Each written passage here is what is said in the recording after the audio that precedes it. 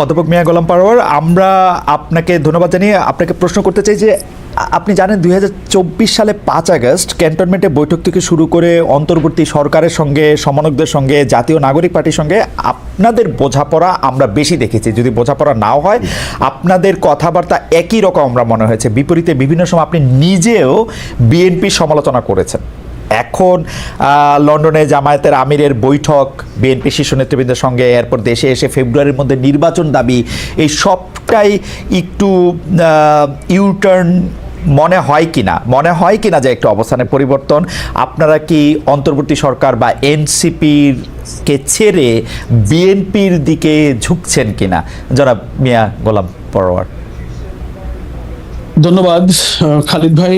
আমি খুব বিনয়ের সাথে বলবো যে না, আমাদের অবস্থান নীতিগতভাবে যা শুরুতেই ছিল, আমাদের সম্মানিত আমিরে জামাত নির্বাচনে অংশগ্রহণ ইত্যাদি সম্পর্কে যে অবস্থানের কথা প্রথমেই বলেছিলেন, এখনো আমাদের অবস্থান সেটাই আছে।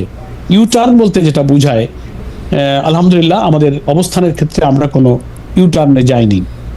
আপনি হয়তো বলবেন যে গতকালকে দুজন মার্কিন উপসহকারী পররাষ্ট্রমন্ত্রীর সঙ্গে আমাদের সাক্ষাৎ পরবর্তী যে প্রেস ব্রিফিংয়ে আমিরে জামাত যে বক্তব্যটা দিয়েছিলেন, আর আজকে ওনার ইউরোপ, ইউকে ইত্যাদি সফরের পর আজকে যে উনি মিট দ্য প্রেস করেছেন, সেখানে উনি নির্বাচন প্রশ্নে সাংবাদিক বন্ধুদের প্রশ্নের জবাবে যা বলেছেন, এটার ভিত্তিতে অনেকে একটু ব্যাখ্যা বিশ্লেষণ করতে গিয়ে কেউ একটু মনে হচ্ছে যে অবস্থান কি জামাত ইসলামী বদলে ফেললো কিনা।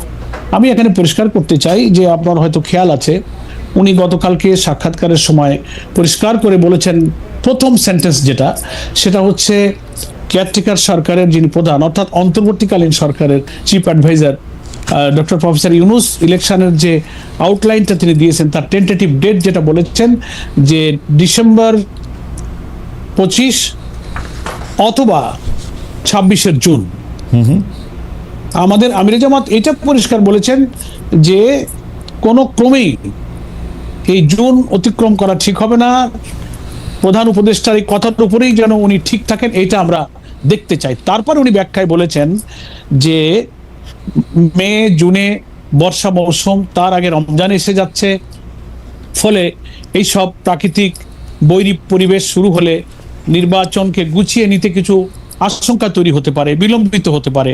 সেগুলো বিবেচনায় রেখে উনি এটা বলেছেন যে ভালো হয় যদি সব কিছুকে কভার করে বিফোর রমজান ইলেকশনটা করা যায়। আজকে আবার তিনি ব্যাখ্যা এটা বলেছেন পরিষ্কার করে যে নির্বাচন আমরা চাই ঠিকই, আমাদের সময় এবং দিনক্ষণের চেয়ে গুরুত্বপূর্ণ এবং ইম্পর্ট্যান্ট হলো যে কমপক্ষে নির্বাচনটাকে ফ্রি, ফেয়ার এবং ক্রেডিবল করার জন্য যে রিফর্মগুলো প্রয়োজন, জি, police, civil administration, judiciary, constitution, এই সমস্ত জায়গাগুলো সংস্কার সম্পন্ন করে, আর মানবতা বিরোধী অপরাধে জুলাই অভ্যুত্থানের সাথে সংশ্লিষ্ট অপরাধীদের বিচারকে নিশ্চিত করে, দৃশ্যমান করে যদি ওনারা এই ওনাদের ঘোষিত ডেটের মধ্যে ইলেকশন করতে পারেন, আমাদের কোনো প্রবলেম নাই।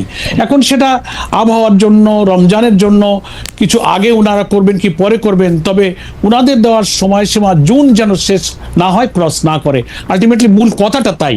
এখন এখান থেকে অনেকে ব্যাখ্যা নানা রকম করতে পারে। না স্যার, এখানে আরেকটু যদি পরিষ্কার হওয়া প্রয়োজন, কারণ প্রফেসর ডক্টর মোহাম্মদ ইউনূস এই 2025-এর ডিসেম্বর থেকে 2026 পর্যন্ত জুনের এই সময়সীমা নির্বাচনের জন্য বেঁধে দিয়েছিলেন আসলে 2024-এর ডিসেম্বরে। মানে তিনি একটি প্রথম সাক্ষাৎকারে তিনি এটি বলেছিলেন। আজ আমরা এপ্রিল মাসের আজকে কত তারিখ? এই 17 তারিখে আমরা, আজকে 17 তারিখ, জি 17 এপ্রিলের 17 তারিখে এসে আমরা এটি নিয়ে আলোচনা করছি। কারণ জামায়াতে ইসলামী তখন কিন্তু প্রফেসর ইউনূসের ওই বক্তব্যের সাথে সম্মতি জ্ঞাপন করেন নাই। তারা তখনও নির্বাচনের সময় আসে নাই, নির্বাচনের সময় নিয়ে বিএনপি বাড়াবাড়ি করছে। আপনি নিজেও আসলে আপনার নিজের অনেক পলিটিক্যাল বক্তৃতা এটা বলেছেন। এই জন্য আমরা একটু জানতে চাইছিলাম এই শিফটটা এই সাক্ষাৎকার পরবর্তী কিনা। কারণ ডক্টর ইউনূস আগেও বলেছেন যে 2025-এর ডিসেম্বর থেকে উনি 2026-এর জুনের মধ্যে নির্বাচন চান, কিন্তু তখন আমরা জামাতে ইসলামীকে বলতে শুনেছি যে বিএনপি নির্বাচনের জন্য অস্থির হয়ে গেছে, এখনো আসলে নির্বাচনটা করা যাবে না। এখন আবার জামাতে ইসলামী বলতেছে যে না, 2025-এর ডিসেম্বর থেকে জুন পর্যন্ত যেহেতু উনি চেয়েছেন, আমরা চাই রমজানের আগে এটি শেষ করা হোক। তো এটি একটু শিফট কিনা? অধ্যাপক না, আমরা আবারও একটু আমি খালিদ ভাই বলি যে এটা শিফট এই অর্থে না, যে আপনার বোধহয় মনে থাকবে যে আমরা যতই নির্বাচন নিয়ে কথা বলেছি কখনোই আমরা কিন্তু কোনো দিন, মাস, ক্ষণ, বছর কিন্তু কখনো আমরা বেঁধে দিইনি। Right. আমরা বলেছি নির্বাচনটা ক্রেডিবল করার জন্য মাস, দিন, বছরের চেয়ে নির্বাচন নিরপেক্ষ হওয়াটা হচ্ছে ইম্পর্টেন্ট। Right. এবং আমাদের আমিরে জামাতও বলেছেন যে আপনার সংস্কার কার্যক্রমটা মিনিমাম ইলেকশনটা ফেয়ার করার জন্য যে সংস্কার তো অনেক করা দরকার। আমাদের রাষ্ট্রের সমস্ত অর্গানগুলো করাপ্ট হয়ে গেছে, পলিটিসাইজ হয়েছে। এটা এই অনির্বাচিত একটা ইন্টারিম গভর্নমেন্টের পক্ষে করা সম্ভব নয়, ইট উইল টেক টাইম। কিন্তু ইলেকট্রাল প্রসেসটাকে সুন্দর করতে যেটুকু প্রয়োজন 5-6টা অর্গানকে হয়তো একটু রিফর্ম করতে হবে। আমরা বলেছি এইটুকু করতে যতটুকু সময় সরকারের প্রয়োজন ওইটাই হচ্ছে যৌক্তিক, ওইটাই রিজনেবল, ওইটুকু সময় দিতে আমরা রাজি। সেটা ফেব্রুয়ারি হোক, মার্চ হোক, জুন হোক, গভর্নমেন্ট যদি উইদিন দ্যাট ডেট এটাকে রিফর্ম করে করতে পারে, we have no complain, we are ready. Okay, কিন্তু আপনার কথা থেকেই বোঝা যাচ্ছে যে আপনারা আগে কোনো ডেট দেন নাই, এখন আপনারা ডেটের ব্যাপারে কথা বলছেন। এইটুকু শিফট কি আপনারা মানছেন কিনা? মানে অনেকে, কেন আমি প্রশ্নটা করছি, অনেকে বলছেন যে আপনারাই এনসিপিকে বা বৈষম্য বিরোধী ছাত্র আন্দোলনকে বলতেছিলেন যে এখন আসলে আপনারা নির্বাচন চান না, নির্বাচন পরে হোক, আগে সংস্কার হোক, আগে বিচার হোক, তারপরে নির্বাচন হোক। এখন আপনারা বলে অনেকে বলছেন যে এনসিপির থেকে আপনাদের যে সমর্থনের হাত সেটি আপনারা সরিয়ে নিয়েছেন, আপনারা এখন আবার বিএনপির দিকে ঝুঁকছেন। এটি একটি বলা আর কি।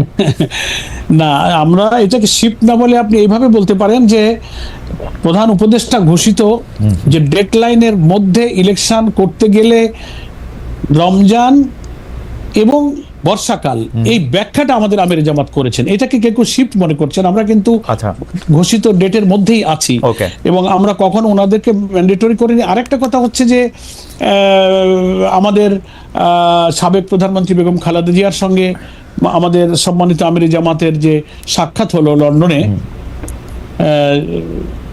সেই সাক্ষাতের পরে এসে আবার একটু আলোচনার ভিন্ন মোড় নিচ্ছে, একটু ভিন্ন। আমরা সাক্ষাৎকারের প্রসঙ্গটিতে আসছি। আপনি নিশ্চয়ই খেয়াল করেছেন, আমি জানি যে বাংলাদেশের রাজনীতির আপনি একজন খুবই মানে রাজনীতিবিদদের পাশাপাশি আপনি একজন রাজনৈতিক বিশ্লেষকও বটে। আপনার লেখালেখি, পড়াশোনাতে বোঝা যায়। আমরা দেখেছি যে অনেকে এই দাবি তুলছেন যে ডক্টর ইউনূসের সরকারের 5 বছর থাকা দরকার, ডক্টর ইউনূসের আরও অনেকদিন ক্ষমতায় থাকা দরকার। আপনারা কি এই বক্তব্যের সাথে মানে সমর্থন দেন, বা আপনারাও কি মনে করেন যে ডক্টর ইউনূস আর একটু বেশি সময় থাকলে ভালো হতো? না, আমরা তা বলি না খালিদ ভাই। এই কারণে বলি না যে একটা গণতান্ত্রিক দেশে, গণতান্ত্রিক রাজনৈতিক নিয়মতান্ত্রিক এবং পার্লামেন্টারি সিস্টেম অফ ডেমোক্রেসি যে দেশে রাজনীতিতে আছে, সেই দেশে আমরা জুলাই অভ্যুত্থানের মধ্য দিয়ে নির্বাচিত জনপ্রতিনিধিদের কাছে ক্ষমতা হস্তান্তরের যে কমিটমেন্ট আমরা জনগণের কাছে করেছি, এবং প্রফেসর ডক্টর ইউনূসও অলরেডি তিনিও কমিটেড টু দ্য পিপল। সেই কারণে রিজনেবল সময় যেটুকু একটা নির্বাচন করতে লাগে সেই সময়টুকু দেওয়ার জন্য জাতি প্রস্তুত।